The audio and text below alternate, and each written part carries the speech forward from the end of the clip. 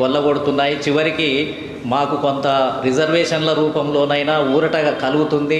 కొంత సమానత్వం, రాజ్యాంగంలో సమానత్వము, అదేవిధంగా పొలిటికల్ జస్టిస్ అనే పదాలు ఉన్నాయి. మరి దాని ఆధారంగానైనా ఏ వర్గానికైనా ఏ కులానికైనా ఈ వ్యవస్థలో పుట్టి పెరిగినప్పుడు ప్రాతినిధ్యము అనేది లభించటం జన్మ హక్కు. కాబట్టి మేము ఇవాళ బీసీ సమాజం, ఇప్పుడు బీసీ సమాజం ఒక్కటే అన్ని ఏజెండాలు పూర్తి అయినాయి. ఇప్పుడు బీసీ సమాజం యొక్క ఏజెండానే వాళ్ళకు లభించాల్సిన హక్కులు అధికారాలు అనే ఏజెండానే మిగిలింది.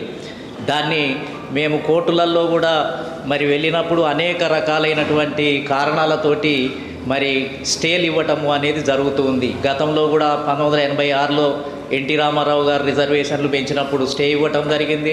1990లో మండల్ కమిషన్ అమలు చేసినప్పుడు కూడా స్టే ఇవ్వటం జరిగింది.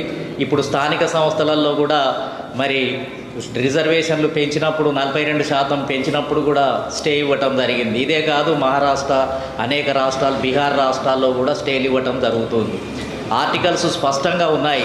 ఆర్టికల్ 15 క్లాజ్ 4 అనేది, అదేవిధంగా ఆర్టికల్ 243 D6, అదేవిధంగా T6 అనేవి స్పష్టంగా రాజ్యాంగంలో పొందుపరిచినప్పటికీ కూడా ఏదైతే 1992లో ఇందిరా సహాని కేసులో ఇచ్చినటువంటి తీర్పు ఏదైతే ఉందో దాన్ని తీసుకొని వచ్చి దీనికి అప్లై చేసి మరి అన్నిటికీ వర్తింపజేసి ఏదో ఒక కారణంతో మరి చూపిస్తున్నటువంటి పరిస్థితి ఉంది. మరి ఇటువంటి సందర్భంలో ఇక మాకు మిగిలిందల్లా ఏంటిది అని అంటే రాజ్యాంగ సవరణే. ఇంకా మేము చేయాల్సిన అంతిమ పోరాటం ఏంటిది అని అంటే రాజ్యాంగ సవరణ ద్వారానే ఇంకా దీన్ని బీసీలకు రావాల్సినటువంటి రిజర్వేషన్లు కానీ, ప్రాతినిధ్యాన్ని కానీ, రాజకీయ రిజర్వేషన్లు కూడా మిగిలిన్నాయి. ఈ రాజకీయ రిజర్వేషన్లు అసెంబ్లీ, పార్లమెంటులో, విద్యా ఉద్యోగ రంగాల్లో, స్థానిక సంస్థలలో ఎస్సీ సమాజానికి, ఎస్టీ సమాజానికి జనాభా ప్రకారం ఇవ్వమని వాళ్లకు రాజ్యాంగంలో ఆర్టికల్స్ ద్వారా చెప్పబడింది. ఇప్పుడు బీసీలకు అది లేకపోవటం వల్లనే కొట్టివేస్తున్నారు. కాబట్టి ఇప్పుడు జరగబోయే రాజ్యాంగ సవరణ మరి జనాభా ప్రాతినిధ్యం ప్రకారమే ఇవ్వాలనే రాజ్యాంగ సవరణే జరగాలి. కాబట్టి ఇప్పుడు మేము రేపు జరగబోయే బంద్లో కానీ బీసీ సమాజానికి దక్కాల్సిన హక్కులు అధికారాలను సాధించడంలో కానీ మాకు ఎలాంటి సిద్ధాంత రాద్ధాంతాలు లేవు. ఇందులో మేమేమి సిద్ధాంతాలు ఎవరు మంచిది ఎవరు చెడ్డది అనేది కాదు. బీసీ సమాజమే రాజకీయ బానిసత్వంలో ఉంది, ప్రమాదంలో ఉంది. కాబట్టి మేము అన్ని వర్గాల యొక్క, అన్ని ప్రజాస్వామిక సంస్థల యొక్క మొత్తం ఏంటంటే మద్దతును తీసుకొని మేము బీసీ సమాజానికి ఒక గౌరవాన్ని తీసుకురావాలని కోరుకుంటున్నాం.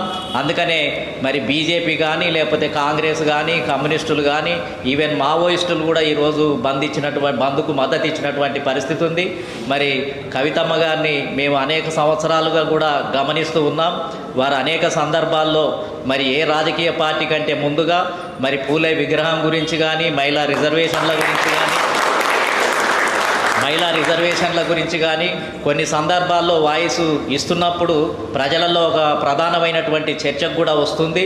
కాబట్టి ఇక్కడ ఏ వర్గం వారైనా మేము కోరుకునేది ఏంటిది అని అంటే అసలు ఏదైతే అగ్రకులాలలో కానీ ఇతర శక్తులలో నుంచే ప్రజాస్వామికవాదులు ఎక్కువ మంది ముందుకు వస్తే మా సమస్య ఇంకా తొందరగా పరిష్కారం అవుతుంది. మా సమస్యల మీద ఎస్సీ ఎస్టీ బీసీలే పోరాటం చేసి వీళ్ళే సాధించుకోవాలనేది ఏం లేదు. అసలు నిజానికి ప్రజాస్వామిక శక్తుల రూపంలో మరి కవిత గారి లాగా చాలామంది కాంగ్రెస్ పార్టీలో కానీ ఇతర ప్రజాస్వామిక శక్తులు చాలామంది ఉన్నారు. కానీ బీసీలకు అండగా నిలబడతాము అని మరి అవుట్ రైట్కి వచ్చిన వాళ్ళు కొంతమందే కనిపిస్తుంటారు.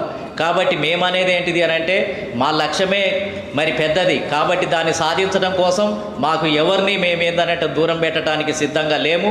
మాకు ఒకటే తెలంగాణ ఉద్యమంలో ఒకటే గొంగలి పురుగునైనా మరి ముద్దు పెట్టుకుంటాము, అదేవిధంగా కుష్టి రోగినైనా కౌగిలించుకుంటాము అనే నినాదం మరి తెలంగాణ ఉద్యమంలో మరి కేసీఆర్ గారు ఇవ్వటం జరిగింది.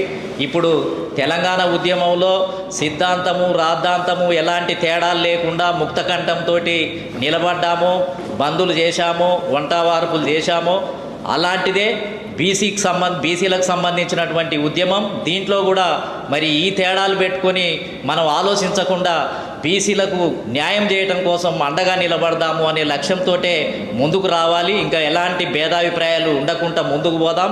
కాబట్టి భవిష్యత్తులో కూడా అన్ని